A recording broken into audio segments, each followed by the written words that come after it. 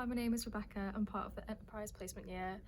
For placement year, we have to prepare a pitch, and today we had someone come in and was really useful and helped me with how to slow down when I give pitches.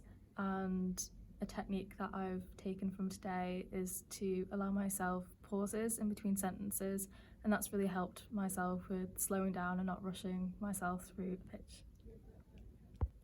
My name is Hashem. I'm a business and marketing student on an enterprise placement year. Today we had a workshop about confidence and public speaking, how to stand, how to speak, how to breathe. I learned a lot about how to act myself when pitching. It's been really helpful. It's opened my eyes a bit into how I should act when I'm doing it. Hi, I'm Eloise and I'm currently on Enterprise Placement Year. My biggest takeaway from the workshop today was that it's not what you say, it's how you say it. Focusing on your tone of voice and body language is the key, not the content. Hi everybody, my name is Sodafina and I'm part of the Enterprise Placement Year this year.